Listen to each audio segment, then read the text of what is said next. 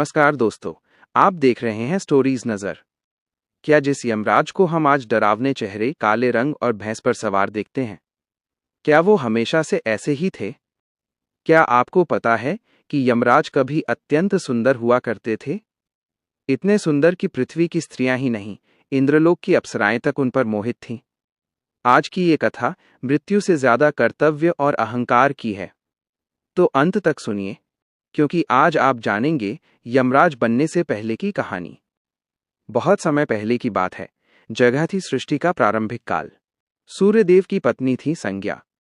इन्हीं संज्ञा के गर्भ से जुड़वा संतान का जन्म हुआ, एक पुत्र और एक पुत्री। पुत्र बने यम और पुत्री बनी यमुना। हाँ दोस्तों, जिस नदी को आज हम यमुना कहते हैं, वो कोई साधारण नदी नहीं, वो यमराज की जुड़वा बहन है। यम जन्म से ही देवपुत्र थे, लेकिन उनका जन्म एक सामान्य मानव की तरह ही हुआ था। और उनका रूप अद्भुत, तेजस्वी और सुंदर। कहा जाता है कि यम की सुंदरता ऐसी थी कि जहां भी वे जाते नजरें उन्हीं पर टिक जाती। समय बीतता गया और एक दिन यम की मृत्यु हुई। यम पहले ऐसे प्राणी माने जाते हैं जिनकी मृत्यु के बाद आत्मा ने यमलोक में प्रवेश किया। इसी कारण वे यमलोक के सबसे वरिष्ठ बने। बाद में उन्हें मृत्यु का दायित्व सौंपा गया, आत्माओं को उनके कर्मों के अनुसार न्याय दिलाने का कार्य। शुरुआत में यम अपने कर्तव्य में पूरी तरह निष्ठावान थे, लेकिन धीरे धीरे एक दोष ने जन्म लिया, अहंकार। यम अपने ही सौंदर्य पर मुग्ध होने लगे, कर्तव्य से ज्यादा खुद पर ध्यान देने लगे। जब देवताओं ने ये देखा तो वे सभी भगवान शिव के पास पहुंचे। शिवजी ने यम को बुलाया और कहा, मेरे लिए नदी से जल ले आओ। यम जैसे ही नदी के किनारे पहुंचे और बहते जल में अपनी परछाई देखी, वो सन्न रह गए।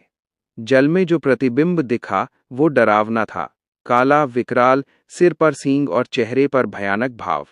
यम स्वयं अपने रूप से डर गए। घबराकर वे शिव के पास लौटे, लेकिन शिव तब तक ध्यान में लीन हो चुके थे। समझ चुके थे यम, ये उनके अहंकार का परिणाम है। यम भगवान विष्णु के पास पहुंचे। विष्णु ने कहा, शिव का दिया श्राप पूरी तरह नहीं हट सकता, पर मैं तुम्हारे सींग हटा सकता हूं। विष्णु ने यम के सींग एक भैंस को दे दिए और वही भैंस आगे चलकर यमराज का वाहन बनी। इसी दिन से यमराज का रूप विकराल हो गया। चलिए दोस्तों, अब जानते हैं दूसरी कथा के बारे में, गरुड़ और चिड़िया की कथा। एक बार गरुड़ देव भगवान विष्णु को लेकर कैलाश पहुंचे। यमराज भी वहीं आए। कैलाश पर एक छोटी सी चिड़िया बैठी थी। यमराज की दृष्टि उस पर पड़ी। गरुड़ को लगा अब इस चिड़िया का अंत निश्चित है। वो चिड़िया को उठाकर सैकड़ों मील दूर एक पहाड़ पर छोड़ आए। लेकिन कुछ समय बाद यमराज बोले, वो चिड़िया तो वहीं मरी जहां उसकी मृत्यु लिखी थी। चिड़िया दूर पहाड़ पर सांप का निवाला बन चुकी थी। गरुड़ समझ गए, विधि से कोई नहीं बच सकता।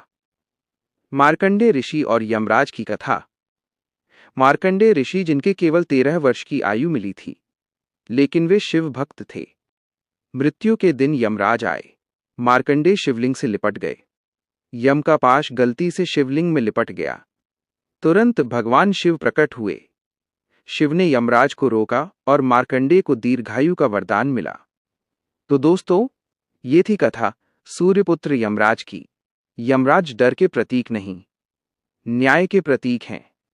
मृत्यु अंत नहीं, बल्कि कर्मों का हिसाब है। अगर आपको ये कहानी पसंद आई हो तो वीडियो को लाइक करें, स्टोरीज नज़ार को सब्सक्राइब करें और कमेंट में बताइए अगली कथा किस देवता पर सुनना चाहेंगे। मैं हूं आपका मित्र और आप देख रहे हैं स्टोरीज नज़र।